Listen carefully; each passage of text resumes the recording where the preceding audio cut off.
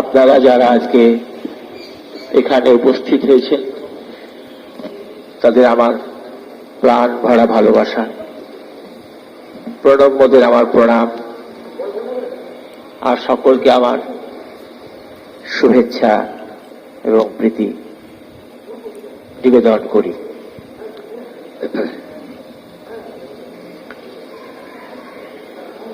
আজকে যার কথা শোনার জন্য আপনারা এখানে এসেছেন,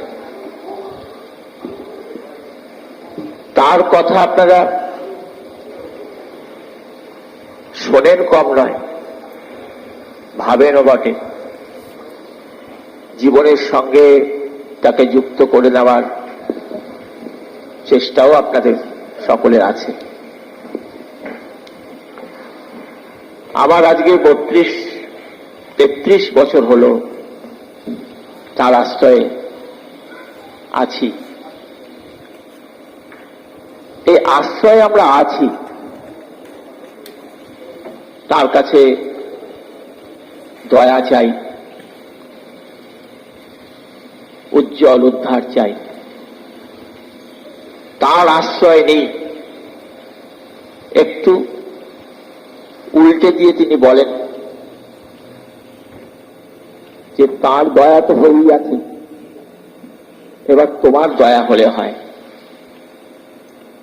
তার আশ্রয় তো তোমার আছেই, এবার তাকে একটু আশ্রয় দাও। তার ঘর ছিল না, সংসার ছিল না। কেন ঘর ছিল না? তিনি তো ছাদের তলায় বা ঘরের মধ্যেই থাকতেন। তা সত্ত্বেও তিনি চির নিরাশ্রয়। তার সংসার ছিল, তা সত্ত্বেও তিনি চিরকাল আত্মীয়বিহীন। যখন তিনি আসেন, মানুষ তাকে ব্যবহার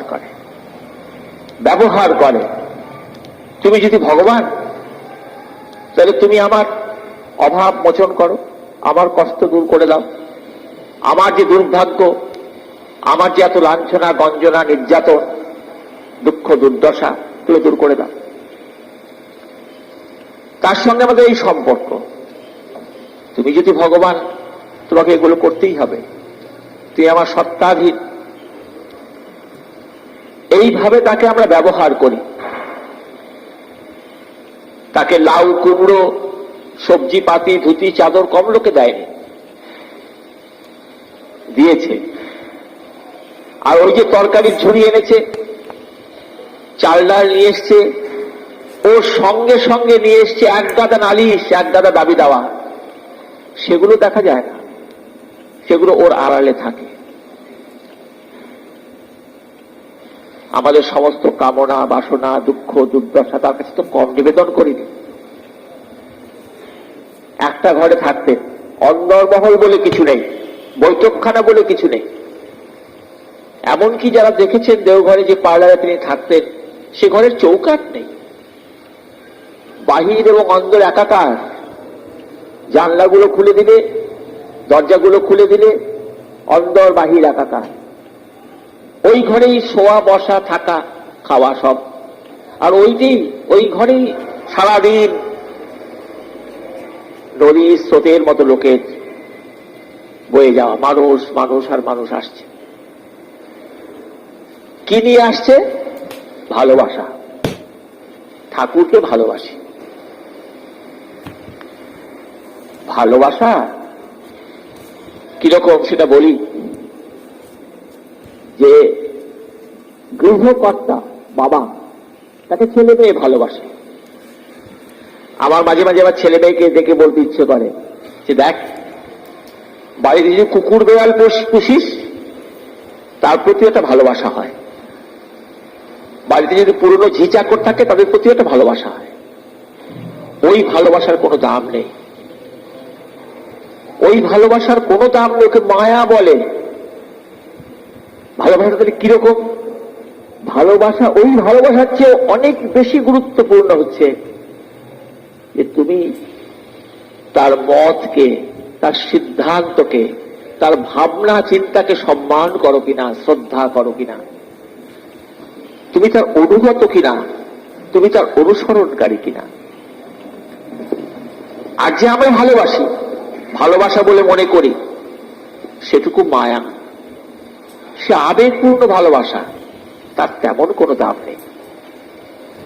নইলে ৮০ বছর ৮১ বছর জীবন যাপন করার পর তাকে বলতে হয়, দুঃখের সঙ্গে, ক্ষোভের সঙ্গে বলতে হয়, হাহাকারের সঙ্গে বলতে হয় এই কথা যে মানুষ পাখি পুষতে তার প্রতি যে ভালোবাসাটুকু হয়, আমার প্রতি তোমাদের তাও হয়নি। কেননা তিনি তার পারিপার্শ্বিকের দ্বারা অনবরত এক্সপ্লয়েটেড হয়েছেন, অবিরল তাকে ব্যবহার করা হয়েছে। অজস্র কথা তিনি বলেছেন, লোকে কান দিয়ে শুনেছে, মরমে পশেনি সেই সব কথা, ভেতরে ঢোকেনি। একবার তিনি দুঃখ করে বলতেন যে ওরা আমাকে কেবল দুঃখের কথা শোনায় এসে, কেউ সুখের কথা বলে না, সাফল্যের কথা বলে না, যে কথা শুনলে আমি একটু স্বস্তি পাই সেই কথা বলে না। একটা গান গুনগুন করে গাইতেন, রজনীকান্তের গান, খুব প্রিয় গান ছিল ঠাকুরের। ওরা চাহিতে জানে না দয়াময়, চায়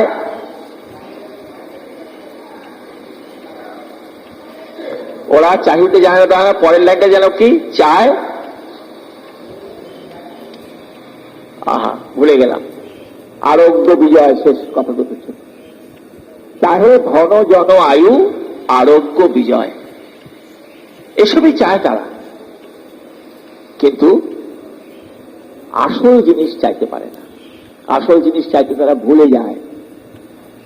রজনীকান্তের এই গানটি ঠাকুরের এই কারণেই প্রিয় ছিল যে ওই গানের মধ্যে তিনি একটি সত্যের সন্ধান পেতেন, আর সেই সত্যের স্পর্শটাও আমাদের দেওয়ার চেষ্টা করেছেন। ইষ্টপ্রাণতার কথা কতবার কতভাবে বলেছেন। মানুষ তার সেবা করেনি এমন নয়, তাকে সুখ দেওয়ার চেষ্টা করেনি এমন নয়, কিন্তু সেই সব চেষ্টার ভেতরে একটা হাফ হার্টেডনেস ছিল, পুরো সত্তাটা ছিল না। ঠাকুর আমাদের ইষ্টভৃতি করতে বলেছেন। রোজ সকালে উঠে আমরা ইষ্টভৃতি করি, মন্ত্র পাঠ করে, হাতে পয়সা নিয়ে ইষ্টভৃতি করি। ইষ্টভৃতি করতে রোজই যে একরকম লাগে তা নয়, কোনোদিন একটু ভালো লাগে, কোনোদিন একেবারে নিয়ম রক্ষার মতো হয়, কিন্তু এক একদিন আসে, একটা দিন হয়তো কখনো আসবে আয়ুষ্কালের মধ্যে একটি দুটি দিন বা তিনটি চারটি দিন, যখন দেখবেন যে ওই অর্ঘ্যটি হাতে নিয়ে মন্ত্রোচ্চারণ যখন করছেন, তখন সমস্ত সত্তা যেন আত্মনিবেদন করার মতো ঝুঁকে পড়ছে তার চরণে। হাতের অর্ঘ্যটি আর পয়সা থাকছে না, ও যেন আপনার হৃদয়ে প্রতীক হয়ে উঠছে। আপনার সমস্ত সত্তাটাই যেন তার পায়ে নিবেদিত হওয়ার জন্য আকুল। ওই রকম অবস্থা যদি কখনো হয়, কোনদিন সকালে যদি এইরকম ভাবে আপনার ইষ্টবৃত্তি হয়, তাহলে দেখবেন সে দিনটা আপনার কেমন কাটে। সে দিনটা কেমন কাটবে তাও ওই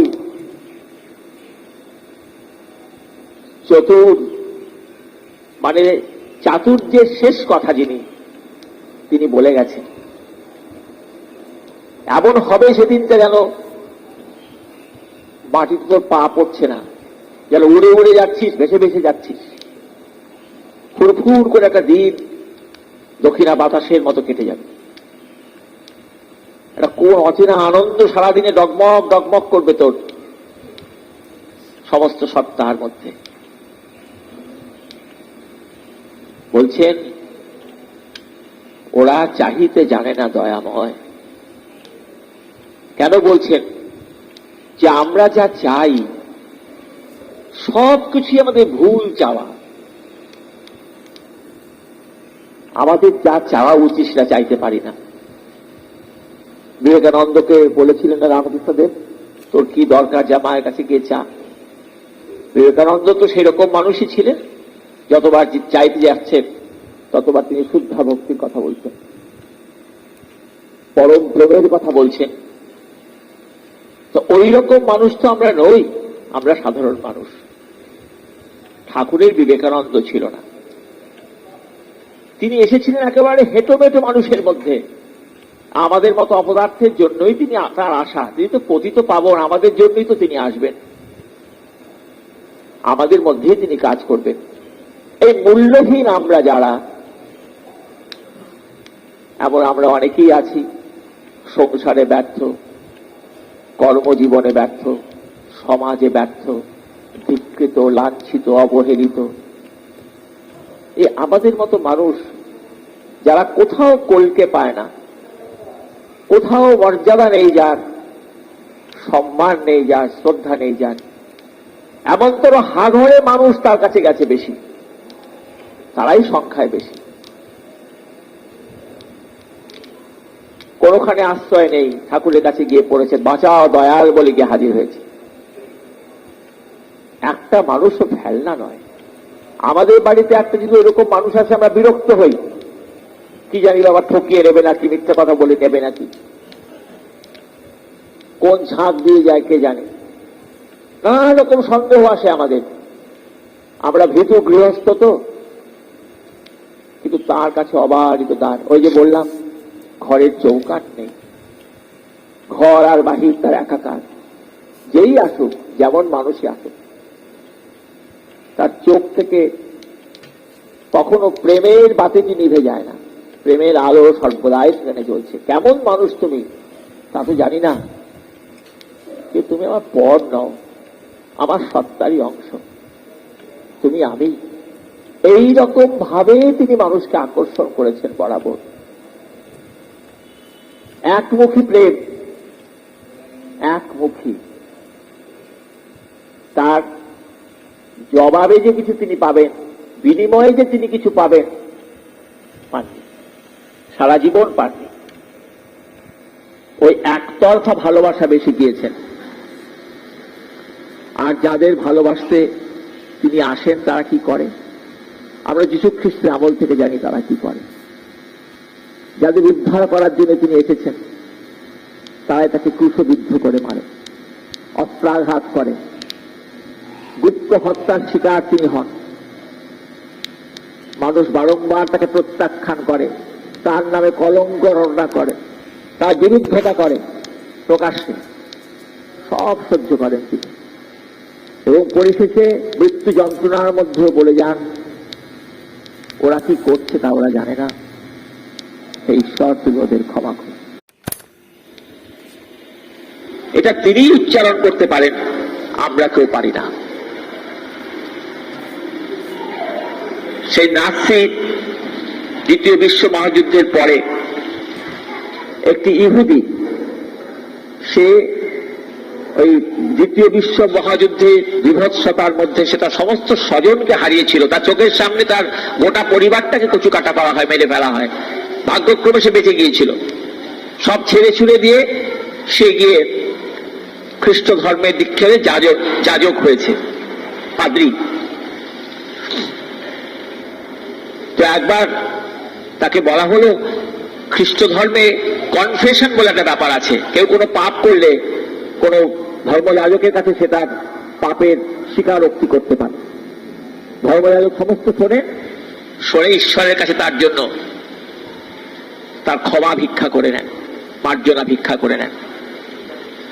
ধর্মযাজকের কাজ হচ্ছে খুব গোপনে সেই সমস্ত কথা শোনা, শ্রবণ করা।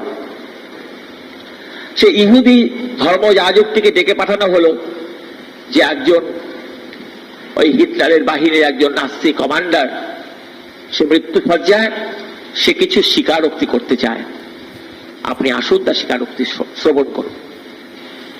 সে যখন গিয়ে হাজির হলো, তখন দেখল যে মানুষটি মৃত্যুর জন্য অপেক্ষারত, স্বীকারোক্তি করতে চায়, সে হচ্ছে সেই ঘাতক যে নিজ হাতে ওই ধর্মযাজকের সমস্ত পরিবারটাকে তার চোখের সামনে শেষ করে দিয়েছিল।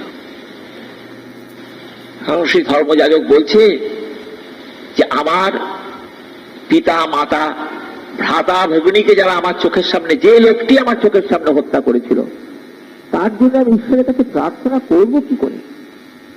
কি করে করব? আমরা তো মানুষ, তো করতে পারি না।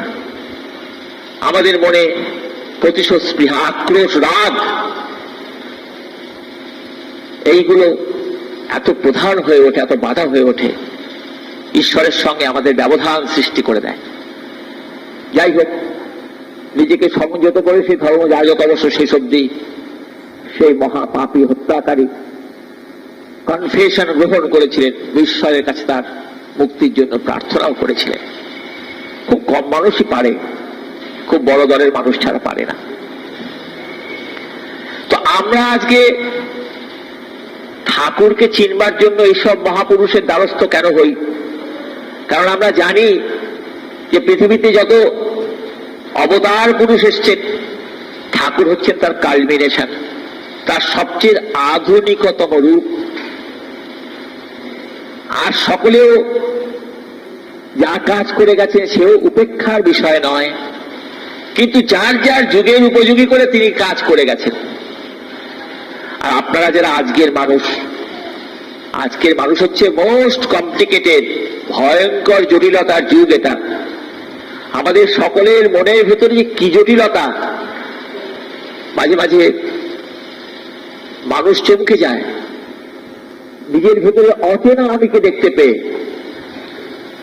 আমাদের ভেতরে এমন পাপীর বাস, আমাদের ভেতরে এমন জঘন্য নারকীয় পাপ গুপ্ত হয়ে থাকে, জামা কাপড় পরে লোক সমাজে বেরোই, ভদ্রলোক সেজে বেরোই, কিন্তু এই যে আমাদের নির্মুখ এটা ছদ্মবেশ, এর আড়ালে যে মানুষটি আছে সে হয়তো খুব সুভদ্র নয়, সে হয়তো তত সুজন নয়।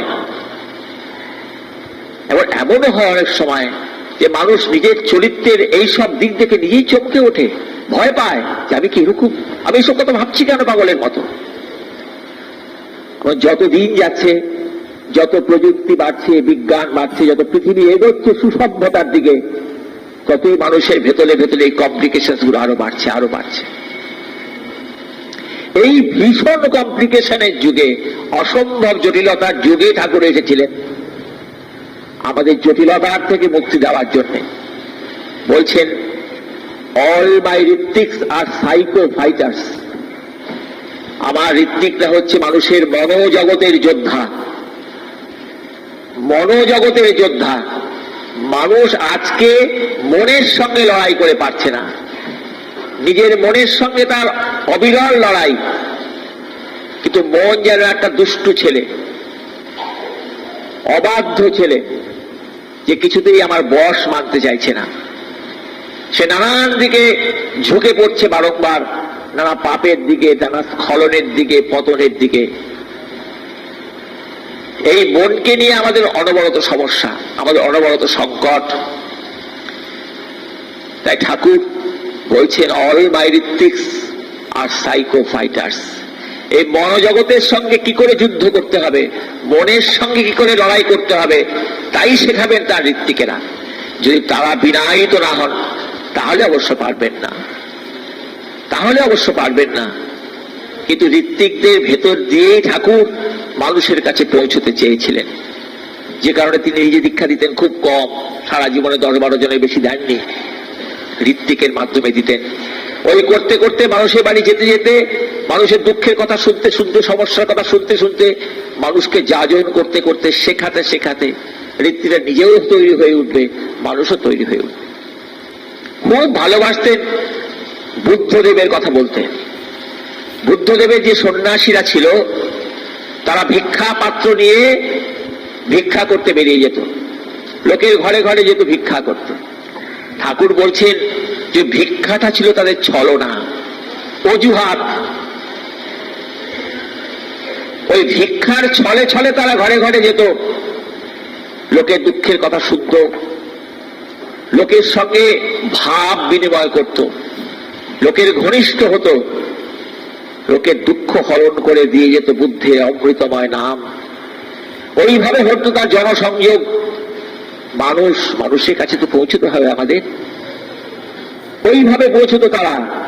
জানে অন্যভাবে সব ঘরে যাওয়া যাবে না, কিন্তু ভিক্ষার ছল করলে যাওয়া যাবে। ভারতবর্ষ তো ভিখারির একটা সম্মান আছে, বিশেষ করে সন্ন্যাসী ভিখারি যদি হয়, গৃহস্থ সঙ্গে সঙ্গে দরজা খুলে দেয়, এসো দোষও করে। একটু সম্মান এখনো আছে ভারতবর্ষে এই সন্ন্যাসীদের প্রতি। আর ওই ভিক্ষা পাত্র থেকেই বুদ্ধের বিপ্লব শুরু হয়েছিল। কি অশৈলী কাণ্ড করেছিলেন বৌদ্ধ সন্ন্যাসীরা, আপনারা তো জানেন। সারা ভারতবর্ষ থেকে হিন্দু ধর্ম প্রায় লোপাট হয়ে গিয়েছিল। বৌদ্ধ ধর্মের যে মানচিত্রটি আছে দেখবেন, সমুদ্র হিমাচল বৌদ্ধ ধর্মে দীক্ষিত হয়ে গিয়েছিল। তারপরে অবশ্য আবার হিন্দু ধর্মের পুনরুত্থান ঘটে। কিন্তু ঠাকুর বলছেন যে ভিক্ষা পাত্র থেকে বৌদ্ধ ধর্মের বিপ্লব শুরু হয়েছিল।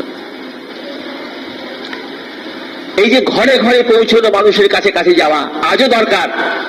কেন? ঘরে ঘরে মানুষের কি অবস্থা সেটা একটু অনুধাবন করার চেষ্টা করলে আপনি নিজের জীবনেও দেখতে পাবেন। তার সব আছে, কেউ নেই। একদম প্র্যাকটিক্যাল মানুষের চেহারাটা দেখুন। সন্তান আছে, স্ত্রী আছে, আপনজনেরা আছে, বন্ধু বান্ধব আছে, তবু মানুষ বড় একা। কেন একা? কারণ তার সঙ্গে এই যে তার পারিপার্শ্বিক, তার টিউনিং হয় না।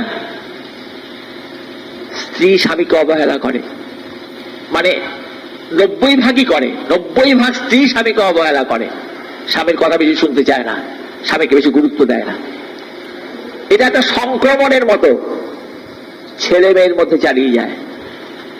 বাবাকে বেশি সম্মান দেয় না, বাবাকে বেশি শ্রদ্ধা করে না, বাবার কথার গুরুত্ব হয় না। এবং যদি লোকটার কিছু কথা বলতে যায়, দুঃখের কথা, ব্যথার কথা, স্ত্রী পাশ ফিরে শুয়ে পড়েন। পরে এখন আমরা ভেজর ভেজর শুনতে ভালো লাগছে না, সারাদিন কাজকর্ম করেছি। মানুষটি আস্তে আস্তে নিঃসঙ্গ হতে থাকে।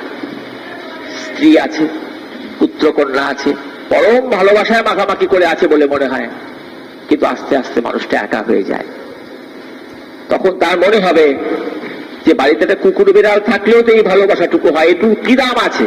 এটুকুর তো কোনো দাম নেই। ওরা আমাকে বুঝতে পারছে না। সেরকম কার কাছে যাবে? কার কাছে বলবে নিজের কথা? কার সঙ্গে তার টিউনিং হবে? ঠাকুর বলছেন, রবীন্দ্রনাথের কবিতা উদ্ধৃত করে বলছেন, স্থির থাকো তুমি, থাকো তুমি জাগি, প্রদীপের মতো আলস্য ত্যাগী, এ নিশীথ মাঝে তুমি ঘুমাইলে ফিরিয়া যাইবে তারা। কারা ফিরে যাবে? কার কথা ঠাকুর বলছেন? যে আসবে তোমার দরজায় এই মানুষেরা একদিন এসে হাজির হবে। স্বজন নিয়ে যারা বসে আছে, পরিবারবদ্ধ জীবন যাপন করছে, একদিন হঠাৎ করে তারা বুঝতে পারবে কিছু নয়, এগুলো কিছু নয়। এই সব আত্মীয় স্বজন, এই সব আপনজন যাদের জন্য আমি প্রাণ পাত করছি, তারা আমার কেউ নয়। কোথায় আছে আমার আত্মার আত্মীয়? কার সঙ্গে আমার একতানতা হবে? খুঁজতে খুঁজতে খুঁজতে খুঁজতে একদিন তোমার কাছে আসবে। কেন তোমার কাছে আসবে? কারণ ওই যে বলেছেন, তোমার ভেতরে যদি একটু ঠাকুরত্ব জেগে থাকে, তুমি যদি আমার একটু মাত্র প্রতিনিধি হয়ে থাকো, তোমার দরজায় আসবে, জানতে আসবে, তোমার কাছে কিছু পেতে আসবে। ঘুমিয়ে পড়ো না, স্থির থাকো তুমি জাগি, প্রদীপের মতো আলস্য ত্যাগী, এই নিশীথ মাঝে তুমি ঘুমাইলে ফিরিয়া যাইবে তারা। তারা ফিরে যাবে, ফিরে যেতে দিও না, আশ্রয় দাও, লোকের আশ্রয়স্থল হও। তুমি একা বেঁচো না, সবাইকে নিয়ে বাঁচো। একা ব্রহ্মজ্ঞানী হও না, সবাইকে নিয়ে ব্রহ্মজ্ঞানী হও। একা মুক্তি চেও না, সকলকে মুক্ত করো। এই সকলকে নিয়ে চলা, সকলকে নিয়ে চলা, সেজন্য তার সমস্ত জীবন যাপনটা দেখুন। খোলামেলা একখানা ঘর, টিনের চালের ঘর, পদ্মার পাড়ে যখন থাকতেন হিমায়তপুরে, তখন ছিল কাপড়ের তৈরি তাসু, সেইখানে থাকতেন পদ্মার বাঁধের ওপর। অবারিত দরজা নেই, দরজার মালাই নেই, অনবরত লোক তার কাছে আসছে আর আসছে আসছে। চৌকাঠ তুলে দিয়েছেন। পৃথিবীর সঙ্গে একাকার হয়ে গেছে তার ঘর, বিশ্ব সংসারের সঙ্গে একাকার হয়ে গেছে তার নিজের সংসার। তার কথা বললে বলে বলে সারা রাত ধরে বলেও শেষ করা যাবে না। আমি তো ভয়ঙ্কর অবিশ্বাসী মানুষ ছিলাম, ভীষণ নাস্তিক। যখন তার কাছে প্রথম গেলাম এক মাঘ মাসের সকালে, আমার মনে আছে, দুরু দুরু বুক পাঁচে সম্মোহিত করে ফেলেন। তার ভীষণ দুর্নাম ছিল, সম্মোহিত করে ফেলেন মানুষকে, হিপনোটাইজ করেন। তার কাছে গেলে মানুষ থেকে বেরিয়ে আসতে পারে না। আরো অনেক কথা তার সম্পর্কে শুনে গেছি। ভোরবেলা আলোটি তার গায়ে এসে পড়েছে, সামনে জানলা দরজা সব খোলা, ভয়ঙ্কর শীত দেওঘরে সেদিন। গায়ে একটা ফতুয়া আর পিঠের ওপর ফেলা একটা বাড়াপোষ, আমার গায়ে চামড়ার জ্যাকেট, ভেতরে গরম কাপড়ে লাইনিং দেওয়া, তা সত্ত্বেও আমি কাঁপছি। আর ঠাকুর এভাবে বসে আছে। সেটা বড় কথা নয়, একটু দূর থেকে তার পার্লারে ঢোকার আগে একটু দূর থেকে তার দুখানা চোখ দেখেছিলাম। বড় কথা নয়, একটু দূর থেকে তার পার্লারে ঢোকার আগে একটু দূর থেকে তার দুখানা চোখ দেখেছিলাম। আমার জীবনে এত সাংঘাতিক অভিজ্ঞতার কখনো হয়নি। রবীন্দ্রনাথের একটা কবিতা বলি যে, কেটেছে একেরা বিরহের বেলা, আকাশ ও কুসুম চয়নে, সব পথে এসে মিলে গেল শেষে তোমারও দুখানি নয়নে নয়নে। সে কি নয়ন! আমার সমস্ত জীবনের সব সমস্যা সমাধান যেন ওইখানে লুকিয়ে রয়েছে। সব পথ এসে যেন ওইখানে মিলে গেল, তোমারও দুখানি নয়নে নয়নে। যা তিনি বলেছেন, যা তিনি আমাদের কাছে চেয়েছেন, খুব বেশি যে কিছু চেয়েছেন তা নয়, কত সহজ করে দিয়েছেন, কত হাতের মুঠোয় এনে দিয়েছেন। কেন করেছেন জানেন? এই যুগের মানুষ তো বেশি পারবে না, বেশি পেরে উঠবে না, এরা কষ্ট করতে পারবে না, বিবাহ ছাড়া জীবন যাপন করতে পারবে না। ওইসব ব্যায়াম করতে গেলে আবার প্রকৃতি তার প্রতিশোধ নিয়ে নেবে। পরম দয়াল এই যুগের মানুষকে এত সুন্দর বুঝতেন। তার প্রতিটি পাপ, তার প্রবৃত্তি, সমস্ত রকমের জটিলতার খবর তিনি রাখতেন। এত ভালো খবর আর কেউ রাখে না। দেখবেন সেই জন্য ঠাকুরের পুঁথি পুস্তক যদি পাঠ করেন, দেখবেন সেখানে কত মানুষের কত কনফেশন, কত জটিলতা, আর কি জটিল, কি সাংঘাতিক তার সব উত্তর। কিভাবে তিনি মানুষকে বোঝাচ্ছেন।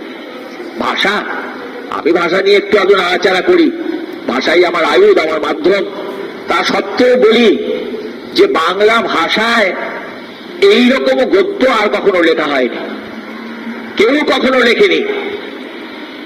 আজও হয়তো মূল্যায়ন হয়নি, যে ভবিষ্যৎ পৃথিবীতে হবে। তখন দেখবেন এই ভাষা নিয়ে গবেষণা হবে। এই ভাষা হয়ে উঠবে বাংলা ভাষার, বাংলা সাহিত্যের পরম সম্পদ ঠাকুরের ভাষা। যে ভাষা তিনি নিজে কলম ধরে লেখেননি, মুখে বলে গেছেন। কি আশ্চর্য গদ্য, কি আশ্চর্য তার সিনট্যাক্স, কি তার বাক্য গঠন শৈলী, ভাবা যায় না। আমি যেটুকু বুঝি, আমার যেটুকু বিদ্যা আমার নিজের ক্ষেত্রে, সেটুকু দিয়ে কিন্তু কথা বলছি, সমস্ত কিছু বাজি রেখে বলছি। তার সঙ্গ আজ তিনি দেহাতীত বলে পাবেন না। সঙ্গ না পাওয়ার একটা দুঃখ আছে, একটা অভাব বোধ তো আছে, কিন্তু সঙ্গ পাওয়া যায়। সঙ্গ পাওয়া যায়। কেন পাওয়া যায়? কিভাবে পাওয়া যায়? তার বাস তো দেওঘরে নয়, তার বাস তো বৈকুণ্ঠে নয়, তার বাস তো এইখানে হৃদয় বৃন্দাবনে রাধা কৃষ্ণের নিত্য দোল। হৃদয়ই তো বৃন্দাবন। একবার সেই দিকে তাকাতে হবে। আমাদের ভালোবাসাতেই জাগ্রত হয় তার প্রতি, দয়াল বলতেই যদি চোখে জল আসে, আর সে যদি শুধু আবেগে মিশ্রিত অশ্রু না হয়, যদি তার সঙ্গে আমার সমস্ত সত্তার যোগ থাকে, যদি একবার সমস্ত বৃত্তি ভেদ করে কোন একটা টান তার প্রতি ধাবিত হয়, তাহলে দেখবেন এই লভিনু সঙ্গ তব সুন্দর হে সুন্দর। সঙ্গ তিনি দিয়েই আছেন, আমরা টের পাই না। আপনার প্রতি পদক্ষেপে তিনি আপনার সঙ্গে সঙ্গে আছেন, কিন্তু অনুভব করি সে সাধনা আমার কোথায়, সে সূক্ষ্ম অনুভূতি আমার কোথায়। ঠাকুর বলছেন নাম নাম নাম, ওই 4 অক্ষরী নামের মধ্যে আমি ওতপ্রোত ভাবে জড়িয়ে আছি। একা ঘরে বসে বলছেন, ঠাকুরের ছবির সামনে বসে কাঁদবি আর বলবি ভালোবাসি ভালোবাসি ভালোবাসি। এটা একটা এক্সারসাইজ, ব্যায়াম করলে যেমন শরীর ভালো হয়, ভালোবাসি ভালোবাসি বলতে বলতে ভালোবাসা উতলে ওঠে মুখের মধ্যে। একদিন হবে, রোজ হবে না। একজনকে ডেকে বলছেন যাজন করার লোক পাস না, ওই দেয়ালকে যাজন করবি, দেয়ালের সামনে দাঁড়িয়ে প্রিয় পরমের কথা বলবি।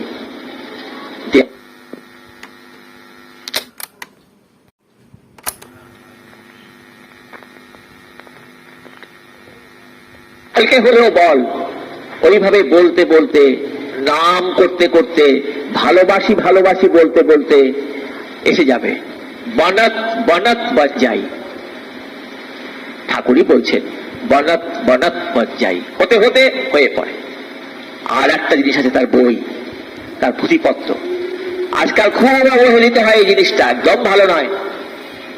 তার বই পড়বেন। কেন পড়বেন? সে শুধু পৃথিবীর সেরা সাহিত্যের অন্যতম জিনিস, শুধু তাই নয়, তার মধ্যে আপনার আমার আমাদের সকলের সব প্রশ্নের জবাব দেওয়া আছে, যত প্রশ্ন হতে পারে। আর যখন তার সঙ্গ ধরে চলছেন, তার হাত ধরে চলছেন, তখন কেমন হয়? হাত ধরা যদি হয়, হাত ধরে যদি চলা হয়, তাহলে দেখবেন আপনার বুকের মধ্যে ঠাকুর আছেন, আপনার সঙ্গে আছেন, আপনার আজ্ঞা চক্রে আছেন, আপনাকে ছায়ার মতো তিনি সর্বত্র অনুসরণ করছেন। একা লাগবে না, এতটুকু একা লাগবে না। এই দিন, এই অপদার্থ ভাইটির এই কথাটুকু আপনারা বিশ্বাস করুন।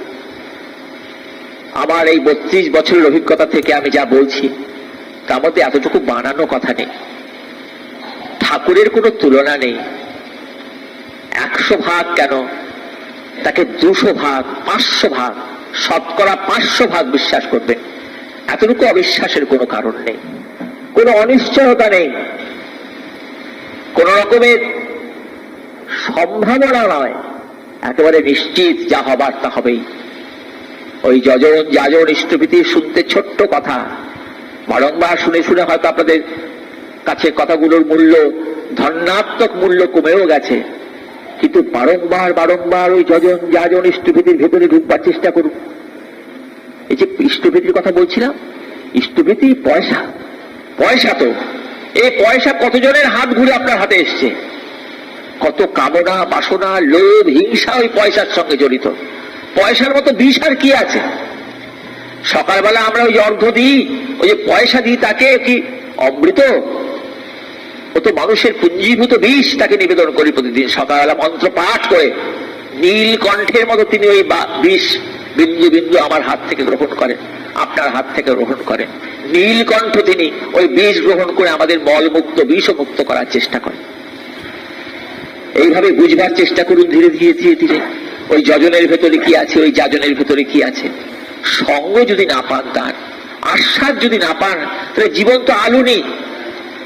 তাহলে ঠাকুরের কুলুঙ্গির ঠাকুর হয়ে থাকবেন, সিংহাসনের ঠাকুর হয়ে থাকবেন, ঠাকুর আমার বন্ধু হয়ে উঠবেন না, আমার বাবা হয়ে উঠবেন না, আমার ভাই হয়ে উঠবেন না, আমার পরম পিতা হয়ে উঠবেন না। বলছেন মা বাপ পুত্র ইত্যাদিকে ভাবতে গেলে যেন তার মুখ মনে পড়ে। তিনি দেহে নেই বলেই যে নেই তা তো নয়, যেভাবে ঠাকুর মরে গেছে তার কাছে ঠাকুর মরেই গেছে তা নয়। জীবন্ত সত্তা আমরা যেরকম যতটুকু বেঁচে আছি, তার চেয়ে অনেক অনেক বহু গুণ তিনি বেশি বেঁচে আছেন। আজকে তার চরণে একটি প্রার্থনা, আপনাদের জন্য সুখ শান্তি নয়। কি হবে সুখ শান্তি দিয়ে বলুন? সুখে থাকলে অলস হয়ে পড়বেন, শান্তিতে থাকলে জড়বস্তুতে পরিণত হবেন, নাম হবে না। আমি দেখেছি একটু দুঃখ কষ্টের মধ্যে থাকলে, একটু টানাপোড়েনের মধ্যে থাকলে নামটা ভালো হয়। আপনাদের সকলের জীবনে তিনি প্রয়োজনীয় হয়ে উঠুন, আবশ্যিক হয়ে উঠুন, ফলিত হয়ে উঠুন।